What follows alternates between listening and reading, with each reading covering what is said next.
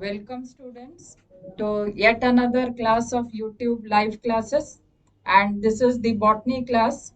And in the last classes we had discussed about the classification of living organisms, that is the five kingdom system.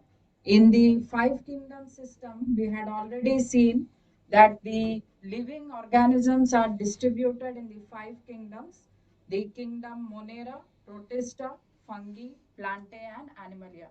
We have already discussed about kingdom Monera and kingdom Protista in the previous classes. So in the last class we discussed the kingdom Protista, which consisted of the unicellular eukaryotic organisms. I also discussed how different multicellular organisms might have evolved from the different groups of kingdom Protista, the plants, the fungi, and the animalia kingdom. So the third kingdom in this series for today is kingdom fungi.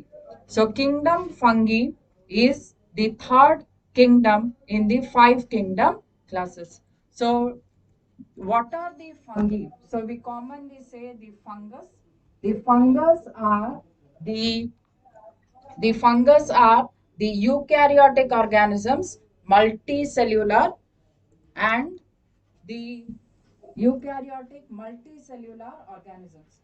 So these type of organisms might have evolved from the slime mold group that we had seen in kingdom Protista. So what are the basic characteristics feature of the fungi?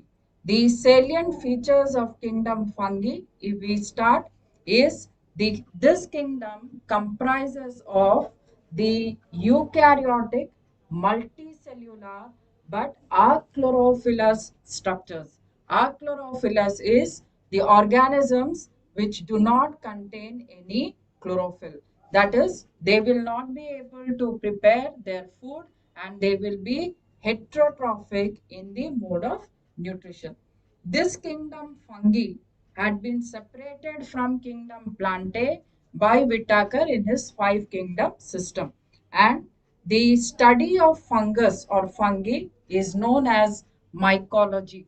So mycology is also important branch where we study different types of fungi, because many of the fungi have abilities to cause diseases in plants as well as animals.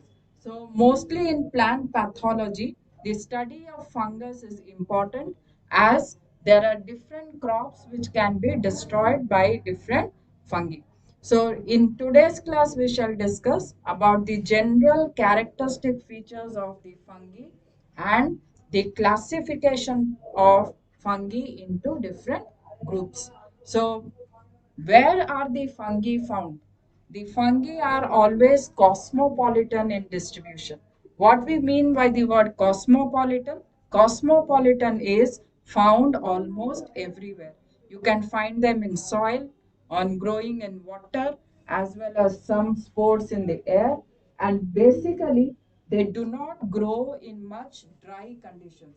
The weather that they require to grow is a warm, damp, or humid place. So we can come across the fungi growing mostly during rainy season, where the wood is wet or the surface is wet or damp. So they are basically cosmopolitan in distribution, found in soil, air, water, as well as growing on the surface of plants and also animals. The fungi are eukaryotic, so they will have all regular cell structures and they are achlorophyllous. So the characteristic feature is what is the body organization of the fungi. The body organization, the body is a thallus. What we mean by a thallus? So thallus is a structure where there is no distinction into either your root, stem, or the plant organ parts like structure. So a mass or a group of cells functioning as a compact body form a thallus. So here the fungus are also having a thallus structure, and there are a few unicellular fungi like your yeast or Saccharomyces, and the Syncytium, they are the unicellular forms. Otherwise, the fungi are all multicellular. So, the plant body of a true fungus is a thallus, and this thallus may be non-mycelial or mycelial. So, most of the fungi are multicellular. They are composed of long filaments called the hyphae. So, each of the fungal thallus or the mycelium will be consisting of thread-like structures that will be called as a hypha. So this hypha will be having a number of cells attached to each other. It will be a long filament and that is called as a hypha. So all the hypha in a particular fungus, they will form an interwoven mass or they will form the thallus structure or the body structure of the fungus. And this body structure is always called the mycelium. So there is another term, the hypha in the mycelium can be either aseptate or septate. So here you can see the figure of a typical fungus thallus. So the fungus thallus, as you can see, is a hypha. The hypha consists of several cells attached to each other in the form of a filament, and the each of the cell, it shows a prominent nucleus, and all other different types of eukaryotic organelles except chloroplast also can be seen inside each thallus. So let us discuss what is septate and aseptate hypha. So septa is a partition wall. So septate or aseptate hypha means where when it is a septate hypha, the partition wall between two cells will be complete. So one cell will be completely separated from each other when it is a septate hypha. When it is an aseptate hypha, the partition wall or the cell wall between two cells is incomplete. So the nucleus of each of the cell is free to move in the filament. And when we find such multinucleate condition in the hypha, such hypha is called the sinocytic hypha. So in the aseptate condition, the hypha becomes sinocytic, or we find a multinucleate condition of the filament. So this is the hypha in the fungi. Sometimes these hypha can also be modified, or they can form structures like the prosenchyma, pseudoparenchyma, sclerotium, and rhizomorph. So this is only the type of arrangement of the hypha in the mycelium. When it is like a prosenchyma, the hyphal filaments are loosely interwoven and they appear as you can see in the figure. When it is a pseudoparenchyma, the hypha are closely attached to each other, compactly arranged, and in the cross section, if we take a cross section, they will appear like isodiametric structure or as seen in the figure.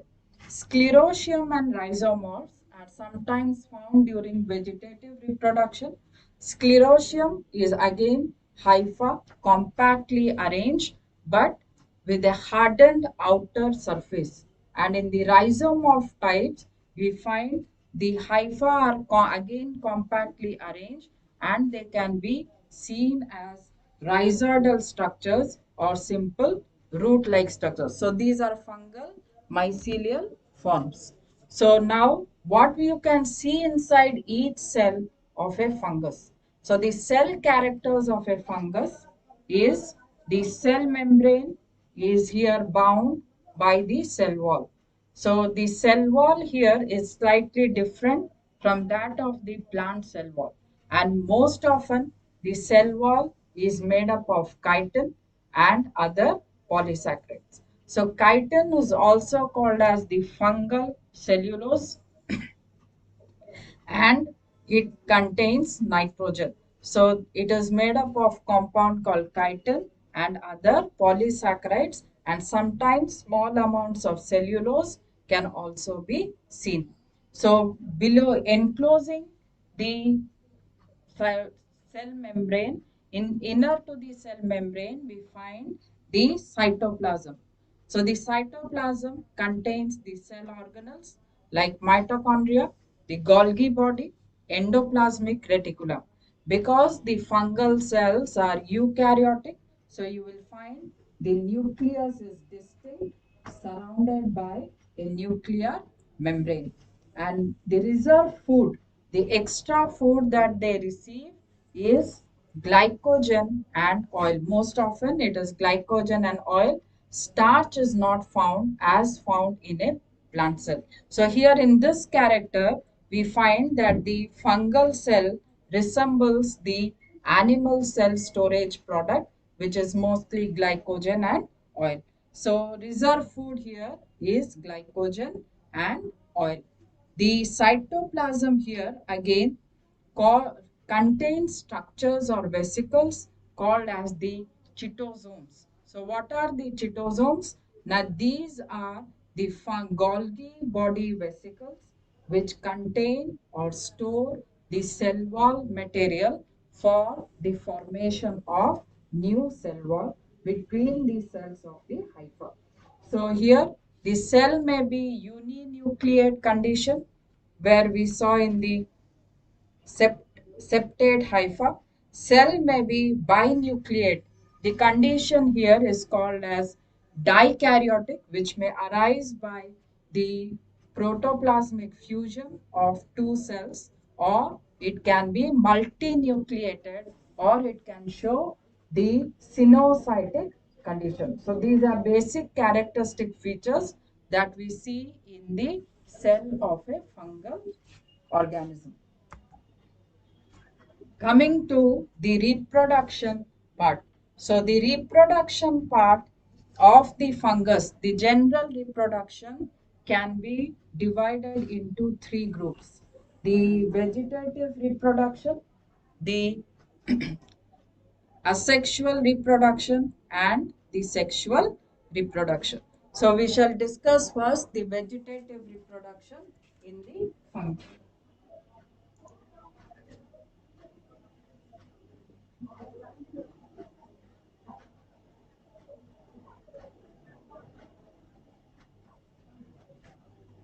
So the vegetative reproduction in the fungi is also very commonly found. We can find them by fission. It can occur by budding or formation of sclerotium or the rhizomods.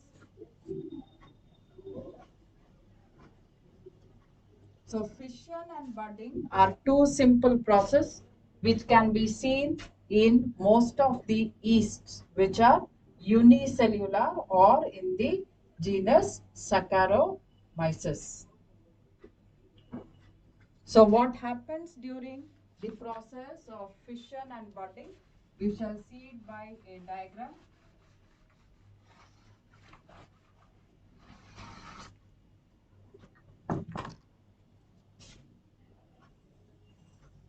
So during fission, if this is a parent yeast cell, this is a parent yeast cell. The parent yeast cell will enlarge in size due to accumulation of nutrition, and then the nucleus shall divide into two. So when the nucleus divides into two, it moves to either sides of the parent cell and the vacuoles are formed around the nucleus. Then this separates into two daughter yeast cells. So this type of division is called as the fission type of reproduction in yeast. When it comes to budding, during the process of budding, if this is the parent yeast cell, The parent yeast cell collects nutrition, it enlarges, and it starts producing a small protuberance or outgrowth towards one side of the cell. So this outgrowth towards one corner of the parent cell, this is called as a bud. So into the bud, small amounts of cytoplasm from the parent cell, it starts moving.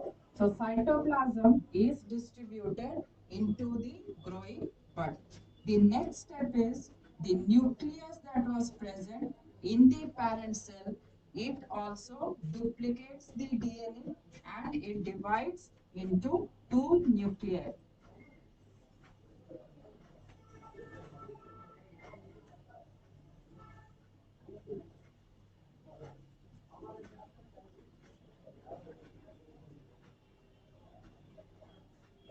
So here the nucleus will separate into two daughter nuclei and one daughter nuclei will move into the bud. The other will remain present in the parent cell. So later on, this bud will separate as a daughter cell or a new yeast cell.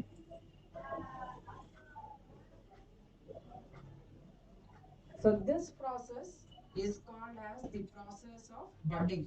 Sometimes in the yeast cell, a chain of buds may remain attached over the parent cell. This structure is called the pseudo mycelium structure of yeast. So this is the simple process of vegetative reproduction during fission and budding in case of the yeast cells which are unicellular fungi. So when sclerotium is formed, the third structure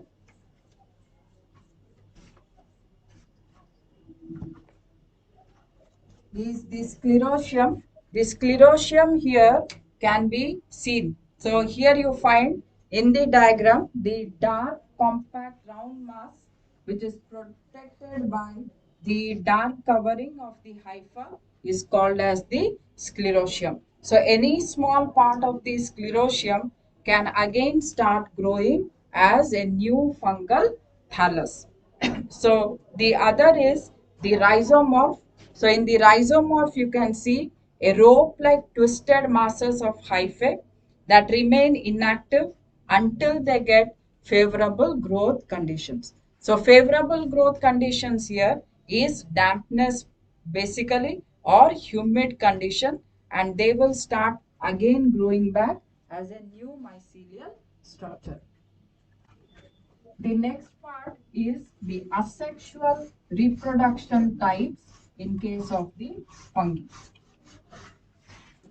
So the asexual reproduction types is when a cell of the hypha, it starts producing different types of spores. So during asexual method of reproduction, there are various types of spores that are basically produced in different classes of fungi. The common spores that we come across are zoospores, sporangiospores, the conidiospores, and chlamydospores, and the oidea. So we shall discuss how these different types of spores are formed. So coming first to the zoospore. So the zoospores are motile and they have flagella for movement in water and they are called as zoosporangia. The fungal hypha in zoospores. The fungal hypha in which the zoospores are formed is called as the zoosporangium. So basically these zoospores are found in the lower classes of fungi which show a habit like the algae. So the spores are motile here and they have flagella for the movement in water. So they are called as the zoospore. The most commonly second spore that is found is the thin-walled non-motile spores that are dispersed by wind and they are categorized as the sporangiospores. So during the formation of sporangiospores, the hypha of the mycelium, some hyphae will become erect. There, at the tip, there will be collection of cytoplasm and it will enlarge into a balloon-like structure which is called as the sporangium. So the hypha that becomes erect to produce the sporangium is called as the sporangiophore and it bears the sporangium at the tip. Inside the sporangium, by repeated mitotic divisions, there are numerous haploid spores that are produced and these haploid spores are called as the sporangiospores.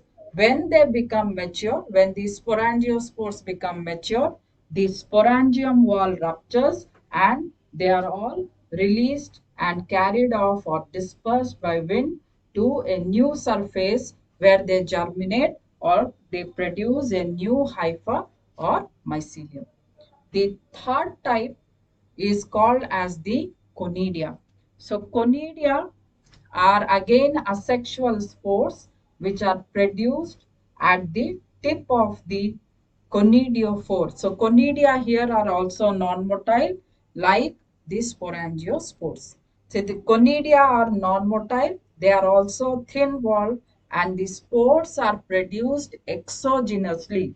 Exogenously means the outside the surface of the body. So exogenous production on the special hypha branches are called as the conidiospore. So here again, when conidiospores are to be formed or the conidia are formed, the some parts of the mycelium hyphae, they become erect and they form a structure called as the conidiophore. So at the tip of the conidiophore, there is a chain of conidia by repeated division, mitotic division. There are thin-walled spores that are produced in chains. So normally we can find them in the fungus penicillium. So here we find that there is a chain of spore which are represented as conidia. They are also again dispersed by wind to new surfaces on which they produce new hypha or the mycelium.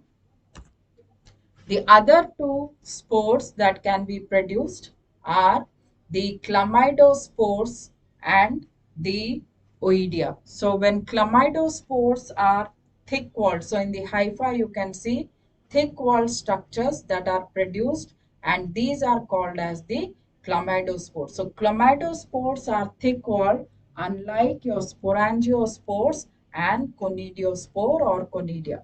So these thick-walled spores can remain viable or for many years together. So they can be in a resting period for years together and again can germinate to produce a new hypha or a mycelium. So sometimes the hypha also breaks into many fragments or each of the cell of the hypha tries to separate and they move out at small structures or fragments and these are called as the oidea type of spores in the fungi. So these are common different asexual spores that we come across in the kingdom fungi. Coming to sexual reproduction. So the sexual reproduction process. So here the sexual mode of reproduction in fungi is accomplished by the fusion of two nuclei from different parent cells. So here we do not basically distinguish them as the male or the female. They can be distinguished as the plus and the minus strains and sexual reproduction basically in case of the fungi they are accomplished in three steps. So first coming to the first basic structure of the hypha. In case of the fungi, the basic body of the hypha or the mycelium consists of cells which are haploid. So the haploid cells will have n number of chromosomes in each of the nucleus. So here how So we were discussing about the process of plasmogamy. So plasmogamy is a basic step where the two fungal cells, the two parent cells of the fungi, they come in contact and there is fusion of their protoplasm or the cytoplasm. This process of plasmogamy brings closer the two nuclei. So the two nucleus of the two cells, they come close to each other and the next step starts. The next step is karyogamy. So karyon is again our nucleus and gamy is fusion. So in karyogamy, there is fusion of the two nuclei that take part in the process of sexual reproduction. So two haploid nuclei of the previously joined cells are fused and they form a diploid nucleus. So here we see that the fungal hypha or the ploidy of the fungus is initially haploid. They are haploid organisms, and when there is fusion of the nuclei, then the two nucleus will come and fuse with each other and they will form a diploid nucleus. So this is the second step where the nucleus get fused with each other. The third process is meiosis. Why meiosis is occurring? Because the diploid nucleus will now again have to go back to the haploid condition because the organism is haploid. So the diploid nucleus goes through meiosis process and again reduces the number of chromosomes to the haploid number that will be found in the basic parent hyphae. So here the cells that are taking part in the process of reproduction of sexual process are called as the gametangia. The singular is gametangium. You can represent them as male gametangium and the female gametangium, and they will be found in the two parent hyphae. So if the male and the female gametangia are morphologically different, we are able to distinguish or see the two distinct forms of the gametangium, then the male gametangium will be called as the antheridium and the female gametangium will be termed as the oogonium or the antheridia and the oogonia. So the male reproductive organ will be here called as the antheridium and the female reproductive organ will be termed as the oogonium. So how does sexual reproduction occur? There are different methods of how the nuclei can fuse together and the sexual reproduction process can occur. So the different process or methods of sexual reproduction are when two compatible fungi, they come close to each other, they will be fusing their compatible nuclei. So compatible nuclei is those each nucleus has to accept the other and it should be of the same species. So the compatible nuclei are brought together in plasmogamy. So plasmogamy, as we saw, was the fusion of the cytoplasm between the two cells or the fungi. And here the after plasmogamy has occurred, karyogamy will occur. And so the different process will be gametic copulation. So in this method, the gametes will be fused together and both or one of these gametes can be motile. So one first process is when gametes are produced. When haploid gametes are produced, the haploid gametes can fuse together with each other. So the fusion of the gametes can be of three types, or the gametes can be of three types. One is isogametes, anisogametes, and the oogamy type of fusion. So in isogametes, both the gametes will be of the same size and mostly they are of the motile types. And anisogamy, One of the gamete is small and the other gamete is large. Generally, the male gamete is small, it is motile, more active than the other larger gamete of the female. So in the process of oogamy, there the female gamete is large, it is non-motile and it remains fixed, whereas the active is the male gamete and it is motile. So the next we have the gametangial contact. So in the gametangial contact, the two gametangia, they will come in close contact, but they will not fuse. So the male nucleus will use a conjugation tube or it will use a fertilization tube or a pore through which it will release or migrate its nucleus into the female gametangium. So, in this type of contact, there will be a path for the movement of the other nucleus. The third is gametangial copulation. So, in gametangial copulation, the two gametangia or the protoplast will fuse, giving rise to the zygote, and it will develop into a resting spore.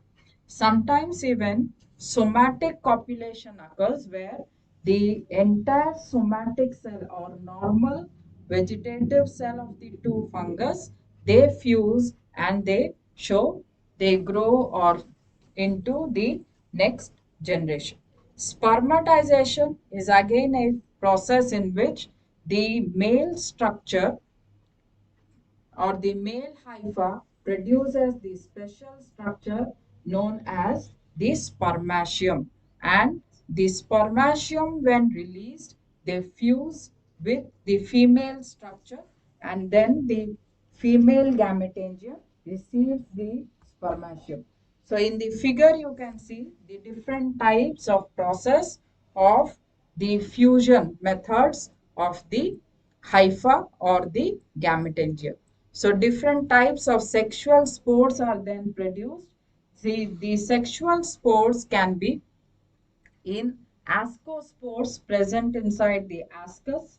There can be zygospores where the hypha, they are coming in contact with each other, then forming the zygote where there is somatic fusion and a zygospore is formed. In some class Basidiomycetes, you have the sexual spore is a basidiospore. And here in the last figure, you see the oospore that is produced, and here there is again the fertilization tube for the movement of the male gamete. So these are methods of sexual reproduction. So coming to the nutritional part of the fungi. The nutritional part of the fungi is heterotrophic. So as it is always achlorophyllous, the fungi are always heterotrophic. So they can be parasitic, they can be saprophytic and also sometimes symbiotic. So the parasitic forms and the saprophytic forms or the symbiotic forms, they show absorptive mode of nutrition. So in the absorptive mode of nutrition, they will be taking up the nutrients in the form of a solution. So the food taken will be in the form of a solution. The parasitic fungi, they can be parasites on plants, animals, or other organisms, and they derive their food directly from that organism. Most of the fungi can be saprophyte, so it is also known as the multicellular decomposer group. So, multicellular decomposers are the fungi that help to decompose the organic matter, and some of them can be also symbionts. The symbiotic forms, they can live in close association as we will see in the lichens. So lichens is symbiotic association of the algae and the fungi. So the nutritional types of the fungi can be varied, but they can never be autotrophic. So in this kingdom fungi, in the last part, we shall now discuss the classification of kingdom fungi. So classifying the kingdom fungi according to the different types of spores that can be seen and their hyphal structure. The first is Phycomycetes. So the class Phycomycetes, here Phycos means algae and mycetes are the fungi. So here the fungi are belonging to Phycomycetes are the lower fungi which have many characters similar to their algal forms. So Phycomycetes are the lower fungi. Some of the examples of the Phycomycetes is Saprolegnia, Rhizopus, Mucor, Albigo, and Pythium. So these Phycomycetes are the lower groups of fungi. The second is Ascomycetes or the sac fungi. Their fruiting body will appear like a sac, and examples are the yeast, Aspergillus, Penicillium, Neurospora, and Pezizia. So these are the second class, the Ascomycetes or the sac fungi. The third class of fungi is Basidiomycetes. They are also commonly called as the club fungi. So their fruiting body will appear in the shape of a club. So example is the agaricus or the common mushrooms that we see around, Polyporus, Puccinia, Ustiloago. They are all belonging to the class of Basidiomycetes. The last is Deuteromycetes or sometimes also called the fungi imperfecti because their sexual phase has not yet been seen. Example is Sarcospora, Coleotrichum, Trichoderma, and Fusarium. These are all examples of the class Deuteromycetes. We shall now see some of the basic characteristic feature of each of these classes. So class Phycomycetes. So class Phycomycetes. So these classes are basically divided on the organization of their vegetative thallus or the hyphal form and the morphology of their reproductive structure. That is the type of spore that is present in this form or the class. So Phycomycetes are all the simplest type of fungi and they are also called as the algal fungi. So they are called as the algal fungi and they show characteristics of the algae. And so they will have a simple thallus which can be unicellular form. Here the multicellular thallus hyphae is accepted. So when it is accepted, the condition becomes sinusoidal, that is, there are free nuclei moving throughout the filament of the hypha. So here the acceptate and sinusoidal condition of the filament is characteristic of these lower fungi or the Phycomycetes. So basic reproduction is asexual either by the formation of zoospore or sometimes non-motile spores. Sexual reproduction is isogamous or heterogamous and it takes place basically by gametangial contact. And the diploid phase is represented by a zygote. The zygote will undergo meiosis and then it will produce back the haploid spore which will grow into a new hypha. Basically, the Phycomycetes are divided into two groups, the Oomycetes and the Zygomycetes. So the Oomycetes range form a primitive group of unicellular thallus to a profusely branched filamentous mycelium. Many members of them are terrestrial and also they are compulsorily parasites and they can survive only in the form of parasites.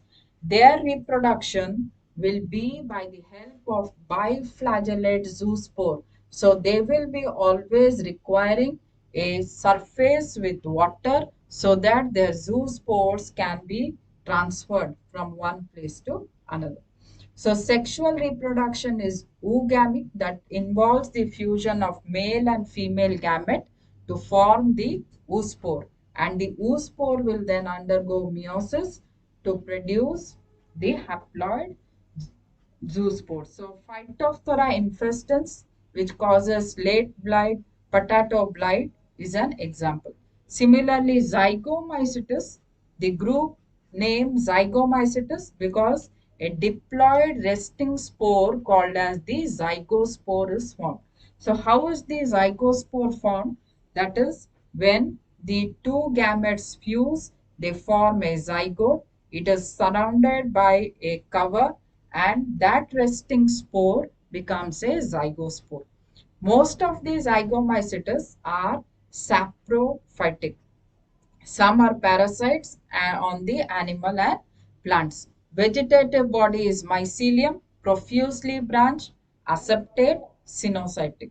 The absence of motile sexual or asexual cells is present, and asexual reproduction will take place by sporangiospores or sometimes by conidia.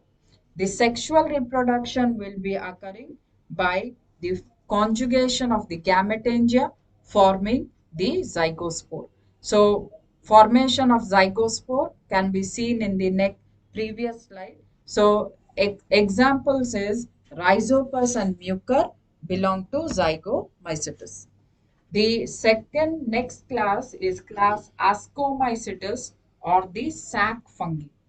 So the Ascomycetes, the species of Ascomycetes are called the sac fungi because they produce sexual spores within the sac like ascus.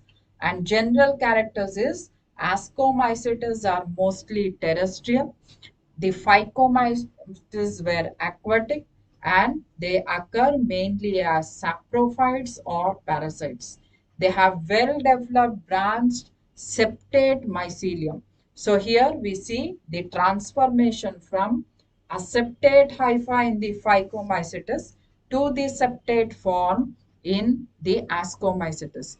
Except yeast or Saccharomyces where it is a unicellular fungus, and here the asexual reproduction is by non-motile spore. So here as it is terrestrial, we will not find any motile spore like zoospore. So their spore here produced is by conidia, oidia or chlamydospore. So here you can find the conidia, the oidia or the chlamydospores that we had discussed. So you can see in the figure the conidiophore, then the finger-like projections which are called as the sterigma, and over which there is chain of conidia or the non-motile thin-walled spore that can be dispersed by wind for the process of reproduction. So here aspergillus and penicillium are the common the fungus belonging to this class, and the sexual reproduction takes place by the fusion of gametangia of opposite mating types, and there is always the absence of motile cells in this case. So example is Saccharomyces cerevisiae, that is our baker's yeast, or the brewer's yeast that is used commonly for baking. Penicillium, aspergillus are common examples of the class Ascomycetes or the sac fungi.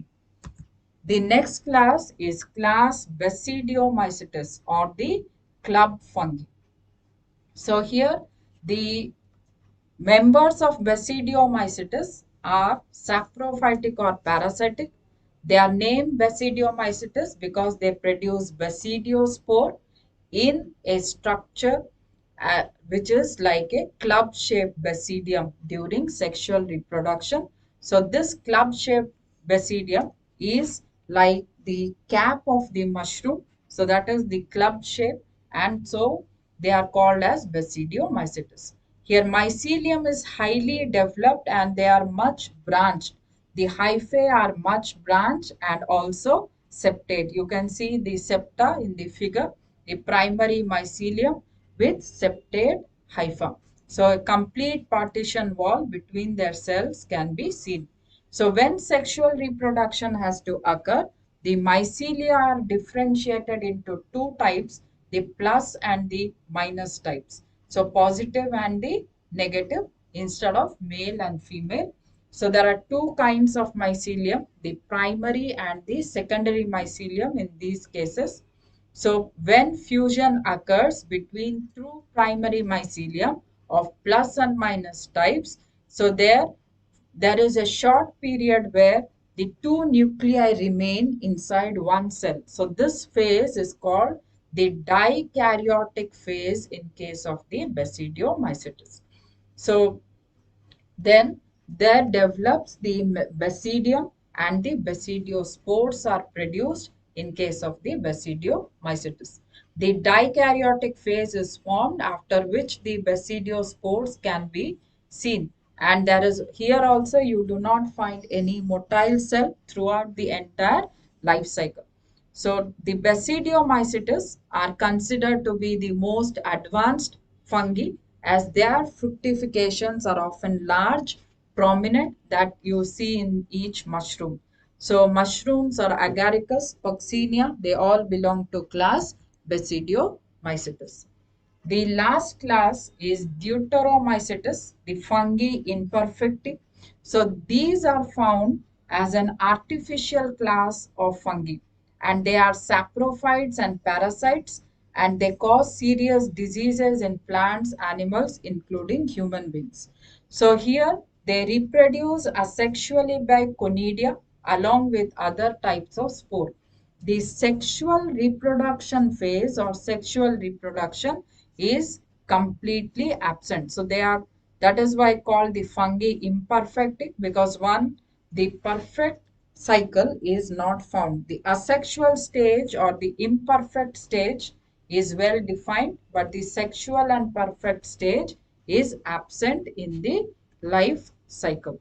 So this is the last class, the last class of the fungus that is Alternaria, Fusarium, Helminthosporium are examples of the class Deuteromycetes. So this is the end of the classification of the fungi. So in today's class, we have discussed about the general characters, the general reproduction process, the general nutrition types found in the kingdom fungi, and the various classes that are found in kingdom fungi depending on their vegetative thallus and also the types of spores that is produced in each of the thallus. So I think you're much clear about the kingdom fungi. So in our next class, we shall discuss about kingdom plantae and the different groups that belong to kingdom plantae. So thank you all for listening.